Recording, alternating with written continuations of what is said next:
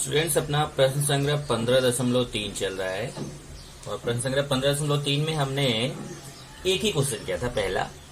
और हम पढ़ क्या रहे हैं? समलंब चतुर्भुज का क्षेत्रफल। तो अगर आप ध्यान दें तो समलंब चतुर्भुज के क्षेत्रफल का सूत्र आपको बताया गया था। समलंब चतुर्भुज का क्षेत्रफल बराबर 1/2 गुणे ब्रैकेट में समांतर भुजाओं का योगफल गुणे ऊंचाई। ये समलंब चतुर्भुज का क्षेत्रफल है। तब यहाँ पे हम वही सूत्र एक बार फिर से लगाएंगे। पहले देख लेते हैं कि क्या क्या दिया गया है। समलंब चतुर्भुज की समांतर भुजाएं दी गई हैं। समलंब चतुर्भुज की समांतर भुजाएं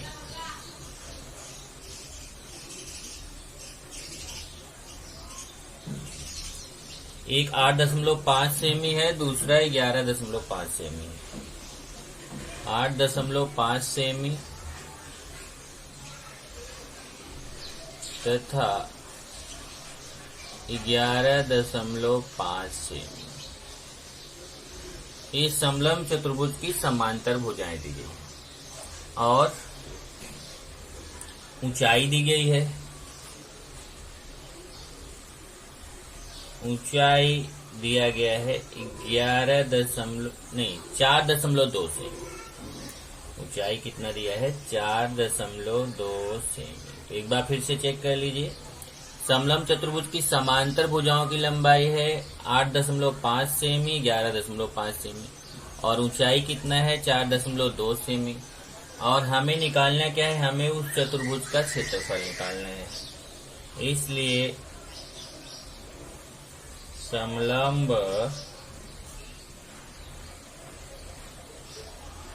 चतुर्भुज का क्षेत्रफल।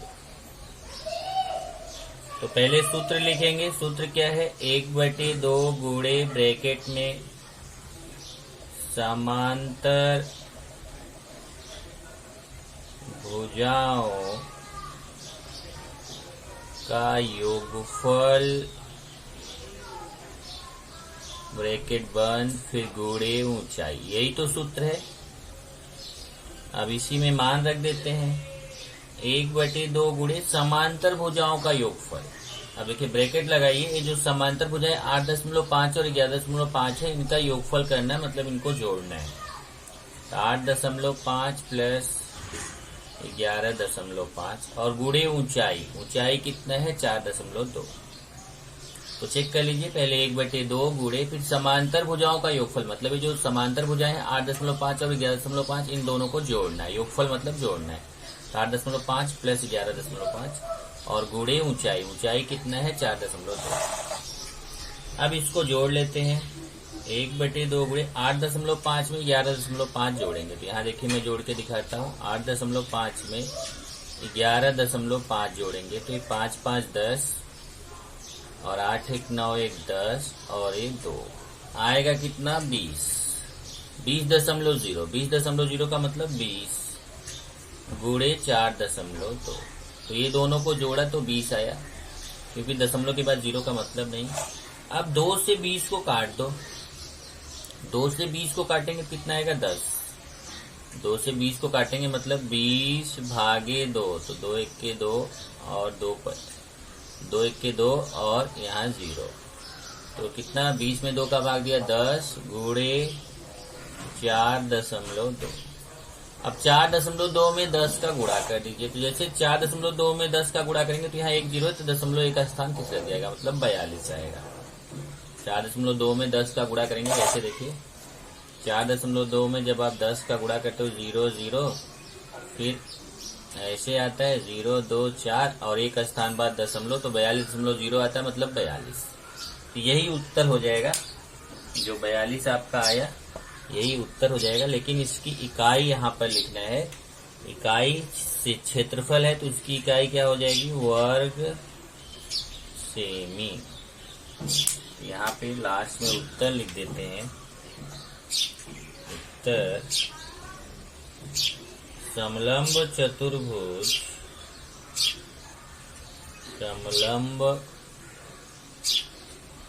चतुर्भुज का क्षेत्रफल बराबर 42 वर्ग सेमी। ये आपका हो गया प्रश्न नंबर 2। चलिए प्रश्न 3 देखते हैं। थोड़ा बड़ा क्वेश्चन है, ध्यान से समझिएगा। चतुर्भुज PQRS समद्विबाहु समलंब चतुर्भुज। अब देखिए समद्विबाहु समलंब चतुर्भुज का मतलब क्या होता है? जिस चतुर्भुज की असमांतर भुजाएं, अब इसमें असमांतर भुजाएं कौन सी है? PS और QR, ये सर्वांग सम हो, उसे हम समद्विबाहु समलंब चतुर्भुज कहते हैं। इसका मतलब इसमें PS जो है वो QR के क्या है? सर्वांग सम।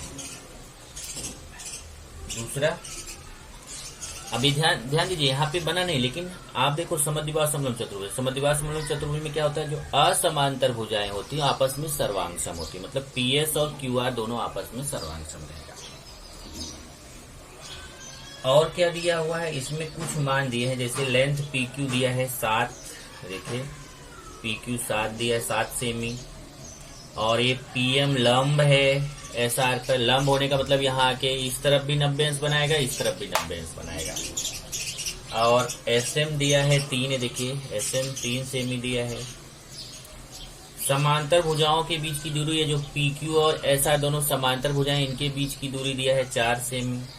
तो ये चतुर्भुज समलंब चतुर्भुज PQRS का क्षेत्रफल निकालना। अब देखिए, अगर इसको देखिए समलंब चतुर्भुज PQRS का क्षेत्रफल निकालना है, तो समलंब चतुर्भुज PQRS का क्षेत्रफल होता है समांतर भुजाओं का योगफल गुणे ऊंचाई। तो समांतर भुजाओं में PQ का मान तो मालूम है, लेकिन SR का मान मालूम नहीं है। तो सबसे पहले हमें SR का मान मालूम करना पड़ेगा, तब जाकर के हम समांतर चतुर्भुज का क्षेत्रफल निकालेंगे। क्योंकि ऊंचाई भी मालूम है, PQ भी मालूम है, केवल SR मालूम नहीं है। तो सबसे पहले SR मालूम करना पड़ेगा। तो चलिए हल करते हैं इसको।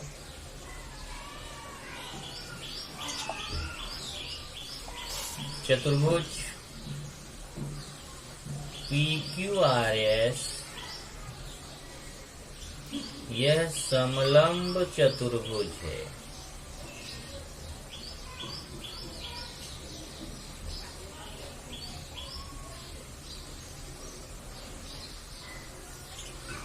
इसलिए PS सर्वांग सम QR, PS जो है QR की सर्वांग सम होगा।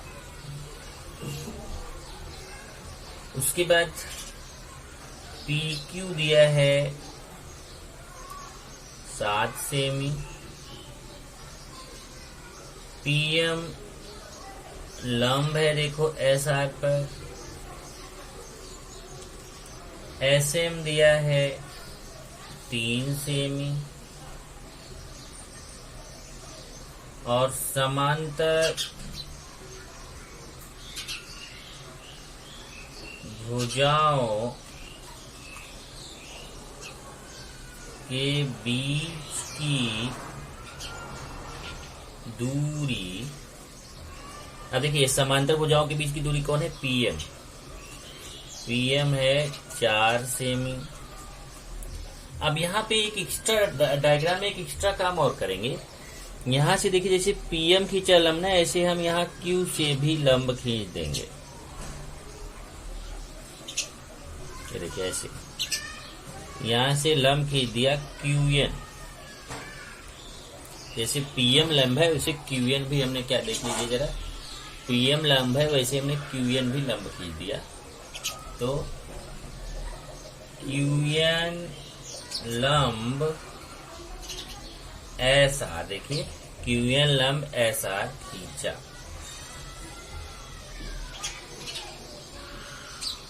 इसलिए आप जानते हो कि समांतर भुजाएं, देखिए PQ और SR समांतर, तो समांतर भुजाओं के बीच की दूरी हर जगह समान होती है। इसलिए जितना PM होगा उतना ही QN होगा, क्योंकि समांतर भुजाओं के बीच की दूरी समान होती है, इसलिए QN भी जो होगा वह बराबर हो जाएगा PM के, और ये भी हो जाएगा 4 सेमी। मतलब ये 4 सेमी है तो ये QN भी कितना हो जाएगा, 4 सेमी। चलो ये भी 4 पता चल गया, ये भी 4 सेमी हो गया, क्योंकि ये समांतर भुजाओं के बीच की दूरी है, और समांतर भुजाओं के बीच की दूरी हर जगह समान होती है। अब हम क्या करेंगे, हम ये दोनों त्रिभुजों को सर्वांगसम दिखाएंगे। अगर ये दोनों त्रिभुजों को PMS और QNR को सर्वांगसम दिखा दिए अपनी कसौटी के अनुसार, तो अपने आप ये 3 है तो ये भी 3 हो जाएगा, और जब ये 3 हो जाएगा तो देखिए 7 है तो ये 7 हो जाएगा। तो ये हम आसानी से नीचे वाली भुजा निकाल सकते हैं। हमें कैसे भी करके नीचे वाली भुजा निकालना है। तो चलिए सबसे पहले ये दोनों त्रिभुज लेते हैं, कौन सा, PMS और QNR। तो समकोण त्रिभुज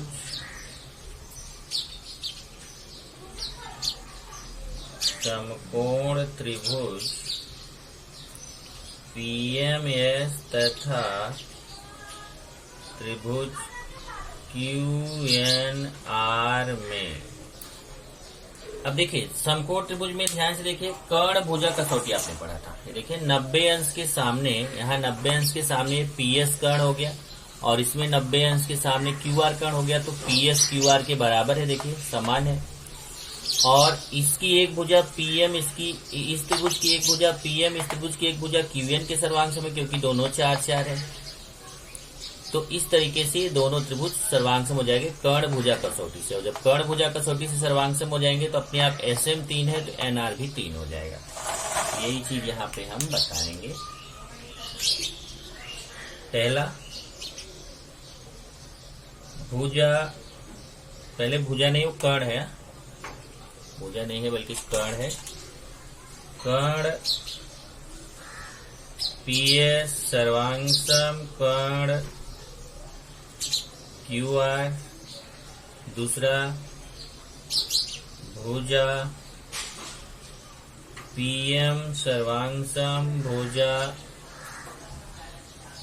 QN, यहाँ पे लिख देंगे दिया है क्योंकि समद्विबाहु समलंब चतुर्भुज है, और यहाँ पे लिख देंगे प्रत्येक 4 सेमी, मतलब दोनों 4 सेमी के हैं, इसलिए आपस में समान। और इस तरीके से तब त्रिभुज PMS सर्वांगसम हो जाएगा त्रिभुज QNR के कौन सी कसौटी, कर्ण भुजा कसौटी। और जब कर्ण भुजा कसौटी से दोनों त्रिभुज सर्वांगसम हो गए तो जैसे बताया जितना SM उतना ही NR, इसलिए NR बराबर सर्वांगसम हो जाएगा SM के। यहाँ लिखेंगे सर्वांगसम त्रिभुजों की संगत भुजाएं, सर्वांगसम त्रिभुजों की संगत भुजाएं। तो इस तरीके से जब NR का SM का मान 3 है तो NR का मान भी कितना हो जाएगा, 3 हो जाएगा, इसलिए NR बराबर 3 सेमी। अब यहाँ देखिए क्योंकि ये 90 अंश है, देखिए तो ये एक आयत बन रहा है। PQNM एक आयत है, चतुर्भुज PQNM एक आयत है, और आयत की सम्मुख भुजाएं सर्वांगसम होती हैं, इसलिए MN बराबर हो जाएगा PQ के, और ये हो जाएगा 7 सेमी। क्यों, कारण लिख देंगे आयत की सम्मुख भुजाएं। आयत की सम्मुख भुजाएं क्या होती हैं, सर्वांगसम होती हैं। अब देखिए जब ये देखो ये 3 था तो ये 3 पता चल गया, और ये 7 था तो ये 7 पता चल गया, तो ये पूरा 3 7 3 ये पूरा जोड़ लो तो ये नीचे वाली भुजा पता चल जाएगी। तो SR, इसलिए SR बराबर हो जाएगा SM plus MN plus NR कारण लिखेंगे S M N R dash dash dash, मतलब एक रेखी है, एक रेखा में है। तो एस आर बराबर हो जाएगा एस एम का मान 3, एम एन का 7, एन आर का 3 और जोड़ेंगे तो एस आर बराबर हो जाएगा 7 3 10 3 13 सेमी। ये देखिए एस आर आ गया। तब हम निकालेंगे, इसलिए समलंब चतुर्भुज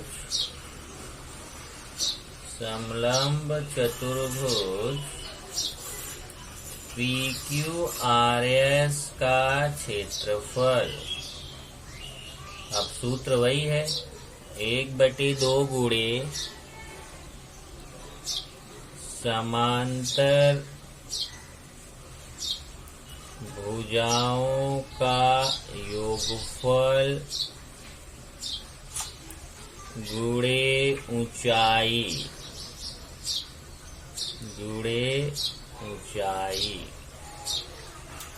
अब देखिए 1/2 गुणे, अब समांतर भुजाएं कौन कौन सी देखिए, PQ और SR समांतर भुजाएं हैं और ऊंचाई में चाहे आप PM ले लो चाहे QN ले लो। ये हो जाएगा PQ प्लस SR गुणे PM।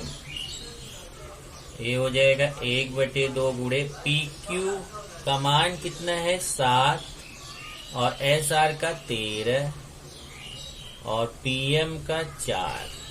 अब देखिए इस 7 में 13 जोड़ लीजिए, 7 में 13 जोड़ेंगे तो 20 आएगा। ध्यान से देखिए 7 में 13 जोड़ेंगे तो 20 गुणे, और 2 से इस 4 को काट दीजिए। ध्यान से देखिए 7 में 13 जोड़ेंगे तो 20 और 2 से 4 को काटेंगे तो 2 आएगा और 20 दूना कितना हो जाएगा 40। ये आएगा 40 वर्ग सेमी। यही हो जाएगा उत्तर। तब मैं यहाँ उत्तर नहीं लिख रहा हूँ, मैं यहाँ डायरेक्ट ऐसे ब्रैकेट में लिख देता हूँ उत्तर, क्योंकि मेरे पास जगह नहीं है। आप क्या लिखना, आप उत्तर यहाँ एक लाइन डाल के लिखना, समलंब चतुर्भुज PQRS का क्षेत्रफल बराबर 40 वर्ग सेमी। ये आपका आ जाएगा। तो आपको क्या करना है देख लीजिए इस पूरे क्वेश्चन में। इस पूरे क्वेश्चन में पहले तो ये QN लंब डालना है, यहाँ से ये डायग्राम में नहीं बना हुआ है तो QN लंब डालिए। उसके बाद ये दिखाइए कि अगर ये PQ और SR दोनों समांतर हैं, क्योंकि समलंब चतुर्भुज में दो भुजाएं आपस में, दो सम्मुख भुजाएं समांतर होती हैं, तो ये आपस में जब समांतर तो इनके बीच की दूरी समान रहेगी, क्योंकि समांतर भुजाओं के बीच की दूरी समान होती है। तो अगर ये PM 4 है तो QN भी कितना रहेगा 4 रहेगा। फिर ये जो दो त्रिभुज बन रहे हैं PMS और QNR, इन दोनों छोटे छोटे त्रिभुजों को सर्वांगसम दिखाओ। सर्वांगसम कैसे दिखाया हमने दिखाया कि इस त्रिभुज की भुजा PS मतलब कर्ण PS, इस त्रिभुज का कर्ण QR के बराबर। कर्ण कैसे है, क्योंकि 90 अंश के सामने की भुजा कर्ण होती है, 90 अंश के सामने की भुजा कर्ण होती है। तो इस वाले त्रिभुज की कर्ण PS इस त्रिभुज के कर्ण QR के बराबर है, और इस त्रिभुज की भुजा PM इस त्रिभुज की भुजा QN के बराबर है, 4 और 4। तो इस तरीके से कर्ण भुजा कसौटी से दोनों त्रिभुज सर्वांगसम हो गए। जब दोनों त्रिभुज सर्वांगसम हो गए तो हम जानते हैं अगर दो त्रिभुज सर्वांगसम हो जाते हैं तो उनके बाकी बचे हुए घटक अपने आप समान हो जाते हैं। इसलिए SM जो है वो NR के बराबर हो जाएगा। SM 3 है तो NR भी 3 हो जाएगा। और यहाँ बताएंगे कि PQNM एक आयत है। कैसे आयत है, क्योंकि यहाँ 90 अंश बना तो इधर भी 90 अंश, यहाँ 90 तो इधर भी 90, तो इसका मतलब ये आयत हो गया। जब आयत हो गया तो आयत की सम्मुख भुजाएं सर्वांगसम होती हैं, तो एक PQ 7 है तो MN भी 7 हो जाएगा। अब ये 3 7 3, ये देखो ये पूरा जोड़ लीजिए तो SM plus MN plus NR, ये पूरा जोड़ लीजिए तो ये पूरा SR मिल जाएगा। तो 3 7 3 पूरा जोड़ लीजिए, पूरा SR मिल जाएगा। 3 7 10 3 13, ये पूरा 13 हो जाएगा। अब देखिए समांतर भुजाएं PQ 7 हो गई, SR 13 हो गए, ऊंचाई 4 हो गई। अब आप समलंब चतुर्भुज का क्षेत्रफल निकाल लेंगे, 1/2 गुणे समांतर भुजाओं का योगफल गुणे ऊंचाई बराबर। इस तरीके से आपको ये प्रश्न नंबर 3 करना था। तो यहाँ से हमारा प्रश्न संग्रह 15.3 खत्म हो गया। चलिए अभी हम लोग आगे बढ़ते हैं और पढ़ते हैं त्रिभुज का क्षेत्रफल। अब देखो त्रिभुज का क्षेत्रफल निकालने का दो तरीका है। एक तो ये है कि अगर कोई त्रिभुज है, जैसे मान लीजिए त्रिभुज है, ये त्रिभुज ए बी सी हो गया। इस त्रिभुज में अगर इसका आधार पता है, जैसे बी सी आधार पता है और इसकी ऊंचाई, ये देखो जैसे ऊंचाई एडी पता हो, मान लो अगर आधार और ऊंचाई पता है तब आप त्रिभुज के क्षेत्रफल का ये पहला सूत्र लगाते हैं। त्रिभुज का क्षेत्रफल बराबर 1/2 गुणे आधार गुणे ऊंचाई। कब? जब उसका आधार पता हो और ऊंचाई पता हो तब आप सूत्र लगाएंगे त्रिभुज का क्षेत्रफल बराबर 1/2 गुणे आधार गुणे ऊंचाई। लेकिन अगर आप देखो कि दूसरा फॉर्मूला क्या है, त्रिभुज का क्षेत्रफल का कब लगाएंगे? जब आपको इसकी तीनों भुजाएं पता हो। जैसे देखिए इसमें तीन भुजा कौन कौन सी है, ए बी भुजा, बी सी भुजा, ए सी भुजा। अगर त्रिभुज में ऊंचाई पता नहीं है, ऊंचाई पता नहीं है, केवल भुजा ए बी, बी सी और ए सी तीनों भुजा पता हो, तब आप इस सूत्र का प्रयोग कर सकते हैं। यहां ध्यान रखना है, यहां ए बी सी भुजाएं हैं, ये ध्यान रखना है। ये जो ए बी सी है ना, ये भुजाएं हैं। तो अगर हमें ए पहली भुजा को ए मान लिया, दूसरी भुजा को बी मान लिया, तीसरी भुजा को सी मान लिया, तो पहले हम उसकी अर्ध परिमिति निकालेंगे। अर्ध परिमिति एस बराबर होता है ए प्लस बी प्लस सी बटे 2। जब अर्ध परिमिति एस निकाल लेंगे तब त्रिभुज के क्षेत्रफल का सूत्र लगाएंगे। करणी में S, S minus A, S minus B, S minus C. इस सूत्र को हीरो का सूत्र भी कहते हैं। तो ध्यान से समझ लीजिए, जब आधार और ऊंचाई पता रहेगा तो पहला सूत्र लगाएंगे, और जब तीनों भुजा की लंबाई पता रहेगा तो हम दूसरा सूत्र लगाएंगे। पहले सूत्र में एक ही लगाना है, लेकिन दूसरे सूत्र में पहले एस निकालना है तब ये सूत्र लगाना है। अब इसी पे देखिए, दूसरे सूत्र पे ही आपका ये पहला प्रश्न है। किसी त्रिभुज की भुजाएं 45 सेमी, 39 सेमी, 42 सेमी है, तो उस त्रिभुज का क्षेत्रफल ज्ञात करो। अब देखिए तीनों भुजा पता है, एक भुजा 45 है, दूसरी 39 है, तीसरा 42 है, तो हम दूसरे वाले सूत्र का प्रयोग करेंगे। चलिए हल। माना त्रिभुज की भुजाएं, माना त्रिभुज की भुजाएं ए, पहले को ये मानेंगे ए बराबर 45 सेमी, दूसरे को बी मानेंगे बी बराबर 39 सेमी, तीसरे को सी मानेंगे सी बराबर 42 सेमी। तब निकालेंगे अर्ध परिमिति। अर्ध परिमिति एस बराबर ए प्लस बी प्लस सी बटे 2। चलिए मान रखते हैं, ए का मान 45 प्लस बी का मान 39 प्लस सी का मान 42 बटे 2। अब चलिए जोड़ते हैं, 9 2 11 5 16, 4 1 5 3 8 4 12, 126 बटे 2, 2 6 12, 2 3 6। तो इस तरीके से आएगा 63। एस का मान आपको मिल गया। एस का मान कितना आ गया आपको? 63 आ गया। तब आप निकालेंगे त्रिभुज का क्षेत्रफल।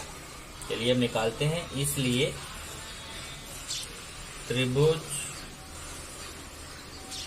त्रिभुज का क्षेत्रफल बराबर करणी में एस, ब्रैकेट में S minus A, S minus B, S minus, ये सूत्र लगा दिया। चलिए मान रखते हैं, करणी में एस, एस का मान कितना है? 63, फिर ब्रैकेट में फिर एस, एस का मान 63 माइनस ए का मान 45, फिर अगले ब्रैकेट में फिर एस, एस का मान 63 माइनस बी का मान 39, फिर ब्रैकेट में एस, एस मतलब 63 माइनस सी मतलब 42। तो जहां जहां एस है वहां एस की जगह देखिए, एस की जगह 63, एस की जगह 63, एस की जगह 63, एस की जगह 63। ए बी सी का मान 45 39 42, 45 39 42। अब इसका कैलकुलेशन करना है। ए 63 में 45 माइनस करेंगे, 63 में 45 माइनस करिए तो कितना आएगा? 18। फिर 63 में 39 माइनस करिए, 63 में 39 माइनस करेंगे तो कितना आएगा 21। और 63 में 42 माइनस करिए, 63 में 42 माइनस करेंगे तो कितना होगा 24। तो 63 इंटू 18 इंटू 21 इंटू 24, ये 24 आएगा, ये 21 आएगा। देखिए 63 में 45 माइनस करेंगे 18 आएगा, 63 में 39 माइनस करेंगे 24 आएगा, और 63 में 42 माइनस करेंगे 21 आएगा। अब इसके छोटे छोटे भाग करते हैं। अब जैसे 63 है ना, तो इसके छोटे छोटे भाग यहाँ देखिए ऐसे, मैं एक सिखा देता हूँ। जैसे 63 को पहले हम 3 से काटेंगे, 3 दूना 21 आएगा। 63 में 3 का भाग नहीं 21, फिर 21 में फिर 3 का भाग 7, फिर 7 में 7 का भाग 1, तो 63 को हम लिख सकते हैं 3 गुणे 3 गुणे 7, 3 गुणे 3 गुणे 7। इसी तरीके से 18 के भाग करेंगे। पहले 18 को 3 से काटेंगे 6, फिर इसको 2 से काटेंगे 3, फिर 3 से काटेंगे 1, ये हो जाएगा 3 गुणे 2 गुणे 3। ऐसे ही 24 के भाग करेंगे। पहले 2 से काटा 12, फिर 2 से काटा 6, फिर 2 से काटा 3, फिर 3 से काटा 1, 2 गुणे 2 गुणे 2 गुणे 3। ऐसे 21 के भाग करेंगे। 21 का भाग करता हूं, देखिए तो 3 से काटूंगा 7, फिर 7 से काटूंगा 1। इस तरीके से ये भाग हो जाएगा 3 गुणे 7। तो देखिए 63 का भाग हो गया 3 गुणे 3 गुणे 7, 18 का हो गया 3 गुणे 2 गुणे 3, 24 का हो गया 2 गुणे 2 गुणे 2 गुणे 3, 21 का हो गया 3 गुणे 7। अब इसको क्या करो ना, जो समान संख्या उसको साथ में करो। देखो दो कितनी बार आया, 2 1 2 3 4 बार आया, 1 2 3 4। फिर 3 देखिए कितनी बार आया, 1 2 3 4 5 6 बार आया है, 1 2 3 4 5 6। फिर 7 कितनी बार आया, 1 2 2 बार आया, 1 2। अब वर्गमूल निकालना आपको छोटी क्लास में सिखाया गया है। यहाँ 2 2 की जोड़ी बनाई। जैसे देखिए इस 2 की 2 जोड़ी बन गई, इस 2 की 2 जोड़ी बन गई, 3 की 2 जोड़ी बन गई, 3 की 2 जोड़ी बन गई, 3 की 2 जोड़ी बन गई, 7 की 2 जोड़ी बन गई। अब इन सब में एक एक संख्या निकाल लो। इस 2 की जोड़ी में एक 2 निकल जाएगा, इस 2 की जोड़ी में एक 2 निकल जाएगा, इस 3 की जोड़ी में एक 3 निकल जाएगा, इस 3 की जोड़ी में एक 3 निकल जाएगा, इस 3 की जोड़ी में एक 3 निकल जाएगा, इस 7 की जोड़ी में एक 7 निकल जाएगा। फिर ये पूरा गुणा करो। अब 2 दूना 4 तिया 12, 12 तिया 36, 36 में फिर 3 का गुणा करो, फिर जितना आता है उसमें फिर 7 का गुणा करो। इस तरीके से आपको आएगा 756 वर्ग सेमी। गुणा तो आप कर ही लेंगे, यही उत्तर हो जाएगा। त्रिभुज का क्षेत्रफल, उत्तर हो जाएगा त्रिभुज का क्षेत्रफल बराबर 756 वर्ग सेमी। ये आंसर हो जाएगा। ठीक है, एक क्वेश्चन हमने किया प्रश्न संख्या 15.4 का, भी 2 क्वेश्चन बच रहा है जिसको अगले लेक्चर में करेंगे।